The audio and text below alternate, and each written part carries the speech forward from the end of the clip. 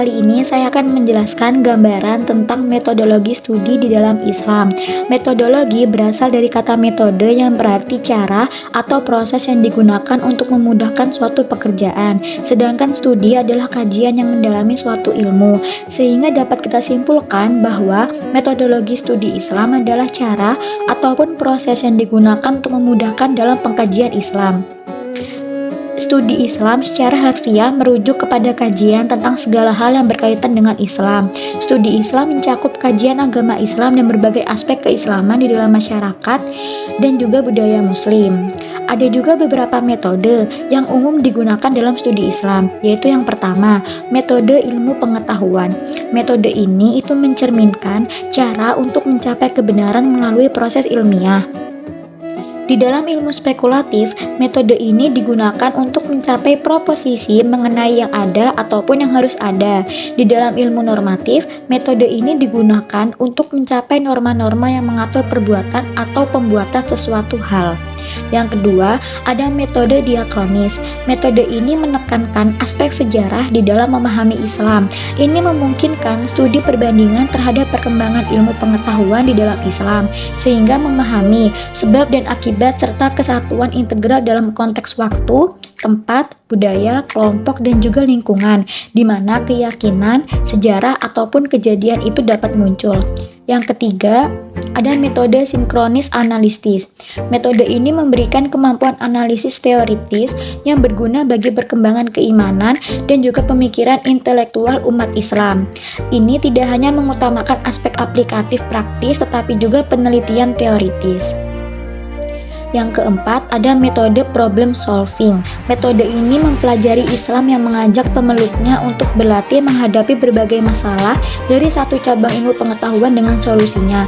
Metode ini merupakan cara penguasaan keterampilan daripada pengembangan mental intelektual, sehingga memiliki kelemahan, yaitu perkembangan pemikiran umat Islam mungkin hanya terbatas kepada kerangka yang sudah tetap dan akhirnya bersifat mekanistis.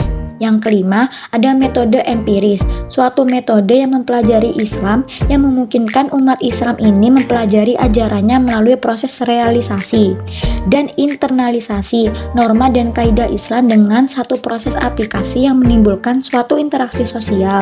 Kemudian, secara deskriptif, proses interaksi dapat dirumuskan dengan suatu norma baru. Dan yang keenam, ada metode deduktif, suatu metode di mana memahami Islam dengan cara menyusun kaidah secara logis dan juga filosofis. Selanjutnya, kaidah itu dapat diaplikasikan untuk menentukan masalah-masalah yang dapat dihadapi. Metode ini dipakai untuk sarana syariat dan juga kaidah itu benar atau tidak. Lalu yang ketujuh, ada metode induktif, suatu metode yang dimana memahami Islam dengan cara menyusun kaidah hukum untuk diterapkan kepada masalah furu yang disesuaikan dengan mazhabnya terlebih dahulu. Dan manfaat dan kegunaan dalam metodologi studi Islam itu dari kita mempelajari, yaitu yang pertama ada mendapatkan berbagai macam pendekatan dan metode yang sesuai dengan tujuan-tujuan dan objek studi. Yang kedua, lebih leluasa dan kreatif dalam menerapkan ke dalam lapangan studi. Yang ketiga, memiliki wawasan yang luas terhadap agama Islam. Dan yang terakhir yaitu pada akhirnya akan dapat membentuk sikap dan perilaku beragama yang positif. Menguraikan perkembangan studi Islam. Pertumbuhan dan perkembangan studi Islam memiliki akar yang dalam dan kompleks, tercermin dalam sejarah panjang, warisan intelektual, dan dampaknya terhadap peradaban dunia. Melihat latar belakangnya, membawa kita pada sebuah perjalanan yang menakjubkan, melintasi zaman dan budaya, mencerminkan warisan ilmiah dan spiritual yang ditinggalkan oleh umat Muslim. Perkembangan studi Islam dibagi menjadi dua masa, yakni masa klasik dan juga masa kini. Pada perkembangan studi Islam masa klasik terdapat tiga periode. Periode yang pertama adalah periode Nabi Muhammad SAW, dimulai sejak tahun 650 hingga 1250 Masehi. Namun sebelumnya, Nabi Muhammad SAW telah melakukannya untuk membimbing para sahabat. Tema studi Islam pada masa itu seputar ajaran Islam yang diturunkan oleh Allah Subhanahu wa Ta'ala kepada Nabi Muhammad SAW, terutama soal akidah dan ibadah. Yang kedua adalah periode sahabat. Dalam mengeluarkan hukum Islam, menggunakan 3 sumber penting, yakni Al-Quran, hadis, dan ijtihad oleh para sahabat. Al-Quran tidak ditafsirkan secara keseluruhan. Para sahabat hanyalah menafsirkan ayat yang memiliki pemahaman yang sulit dan tidak jelas maknanya. Perselisihan yang terjadi di kalangan sahabat dalam memahami makna ayat sedikit sekali. Tafsir pada masa ini belum dibukukan, karena pembukuan baru dimulai pada masa setelah ini. Tafsir pada masa ini masih berbentuk hadis, bahkan tafsir menjadi bagian dari hadis yang menjadi cabang pembahasannya, sehingga tafsir belum tersusun dalam bentuk tersendiri. Yang ketiga adalah periode tabi'in. Merupakan masa peralihan dari masa sahabat. Para tabi'in belajar banyak pada para sahabat, mengoleksi dan mencatat hadis melalui pertemuan-pertemuan atau al-talaqi dengan para sahabat, lalu menjelaskannya kepada orang-orang yang sezaman. Tafsir pada masa tabi'in ditandai dengan corak tafsir bi'ar-rawiyah yang masih mendominasi. Pada masa tabi'in sudah mulai muncul benih-benih perbedaan mazhab dalam penafsirannya. Juga banyak dapat perbedaan pendapat antara penafsiran para tabi'in dengan para sahabat. Dalam memahami Al-Quran, para mufassir periode tabi'in berpegang pada beberapa hal, yaitu Al-Quran itu sendiri, riwayat yang mereka ambil dari para sahabat yang diperoleh dari Rasulullah SAW, riwayat yang mereka ambil dari sahabat bersumber dari sahabat sendiri, dan riwayat yang mereka ambil berasal dari Alkitab yang ada pada kitab-kitab mereka. Selanjutnya adalah perkembangan studi Islam pada masa ini. Studi Islam sekarang ini berkembang hampir di seluruh negara di dunia, baik di dunia Islam maupun bukan negara Islam. Di dunia Islam terdapat pusat-pusat studi Islam seperti Universitas Al-Azhar di Mesir dan Universitas Ummul Qura di Arab Saudi. Di Teheran juga didirikan Universitas Teheran. Sedangkan studi Islam di negara non-Islam diselenggarakan di beberapa negara, antara lain adalah India, Chicago, Los Angeles, London, dan Kanada. Di Indonesia, studi Islam dilaksanakan di beberapa universitas Islam negeri, sekolah tinggi agama Islam, dan ada juga sejumlah perguruan tinggi swasta yang secara khusus menyelenggarakan pendidikan Islam tinggi sebagai salah satu bagian studinya.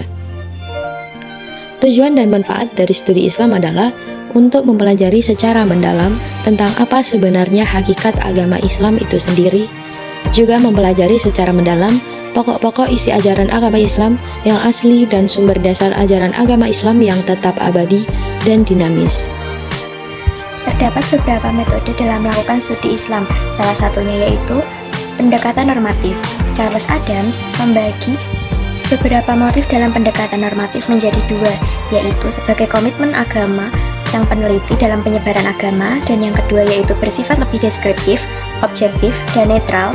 Hal ini bertujuan untuk pemenuhan kebutuhan intelektual, di mana dalam penyampaiannya tidak terikat dengan pemeluk agama Islam, sehingga masih membuka tempat bagi kajian agama lain dan memasukkan unsur sosiologi dan teologi demi kepentingan ilmu pengetahuan.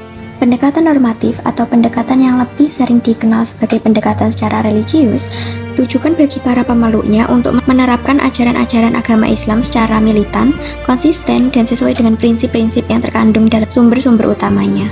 Charles Adams juga memiliki pandangan bahwa pendekatan ini bisa dibagi menjadi 3 macam pendekatan lagi, yaitu yang pertama pendekatan misionaris tradisional, yaitu pada abad 19 banyak misionaris dari gereja Eropa yang menyebar ke wilayah Eropa dan sebagian wilayah Asia Afrika dalam rangka penyebaran agama ajaran gereja sesuai misi utama mereka, yaitu gospel.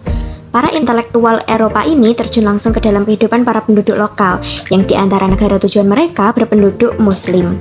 Sebagai hasil dari terjunnya mereka ke dalam lingkungan para Muslim ini, mereka secara tidak langsung juga belajar mengenai agama, budaya, dan bahasa yang secara tidak langsung menyebarkan agama Islam pada bangsa asing Eropa.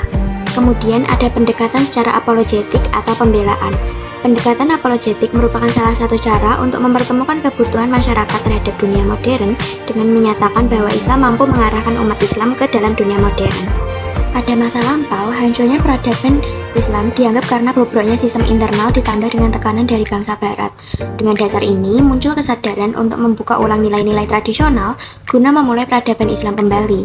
Para intelek muslim ini memulai restorasi untuk mengembalikan nilai-nilai tradisional Islam bersamaan dengan melakukan modernisasi, yaitu menggunakan pendekatan apologetik. Pendekatan apologetik adalah sarana yang digunakan umat muslim untuk menegaskan kemampuan Islam untuk membawa pemeluknya ke arah kehidupan yang lebih cerah. Kemudian ada pendekatan irenik. Sejak masa Perang Dunia II muncul tren baru pendekatan studi Islam di Barat yang diwakili oleh kalangan keagamaan dan universitas. Tujuan utama kalangan ini adalah memberikan apresiasi yang besar terhadap keberagaman Islam dan mengembangkan sikap ke arah itu.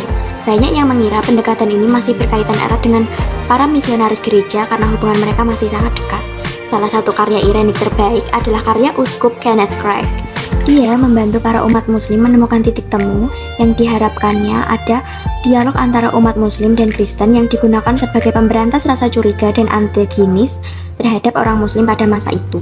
Selain pendekatan normatif, ada juga pendekatan historis, yaitu merupakan kajian tentang sejarah baik dimulainya proses pertumbuhan, perkembangan, sampai penyebaran Islam. Secara tidak langsung, pendekatan historis memiliki dua fungsi utama, yakni sebagai fungsi intrinsik. Dengan memahami sejarahnya, maka dapat memahami nilai-nilai yang terkandung di dalamnya, sehingga umat Islam dapat mengetahui esensi dari ajaran Islam dari segi historisnya. Yang kedua, yaitu dengan melalui serangkaian metode historis yang ilmiah, maka diharapkan dapat menjawab problematika permasalahan di era saat ini dengan mengacu pada masalah-masalah masa lampau. Lalu ada pula pendekatan secara antropologi. Antropologi sendiri adalah ilmu pengetahuan yang mempelajari keragaman manusia secara holistik, meliputi aspek sosial budaya, biologis, kebahasaan, dan lingkungannya dalam dimensi waktu lampau. Dalam mengkaji Islam, atau Mutar memaparkan bahwa setidaknya ada 5 fenomena yang dapat dikaji menggunakan pendekatan antropologi, yaitu yang pertama scripture atau naskah sumber ajaran Islam, yang kedua perilaku, sikap, penghayatan pemuka agama dan penganutnya, 3. ritus, ibadat, dan lembaga sebagaimana sholat, haji, puasa, waris, dan perkawinan, 4. alat-alat keagamaan, dan 5. organisasi-organisasi keagamaan. Dan yang terakhir ada pendekatan sosiologi. Pendekatan sosiologi adalah metode studi Islam yang merupakan salah satu upaya dalam memahami agama dengan mengamati praktek keagamaan yang hidup dan berkembang dalam masyarakat.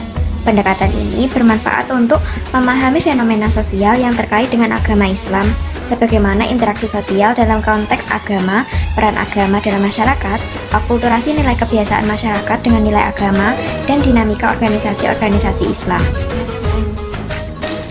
Terima kasih telah menyimak penjelasan materi tentang metodologi studi Islam. Semoga penjelasan ini dapat memberikan pemahaman yang lebih baik tentang cara mempelajari dan memahami ajaran Islam dengan lebih mendalam. Sampai jumpa lagi di video berikutnya, dan teruslah mempelajari dan memahami ajaran Islam dengan lebih mendalam. Wassalamualaikum warahmatullahi wabarakatuh.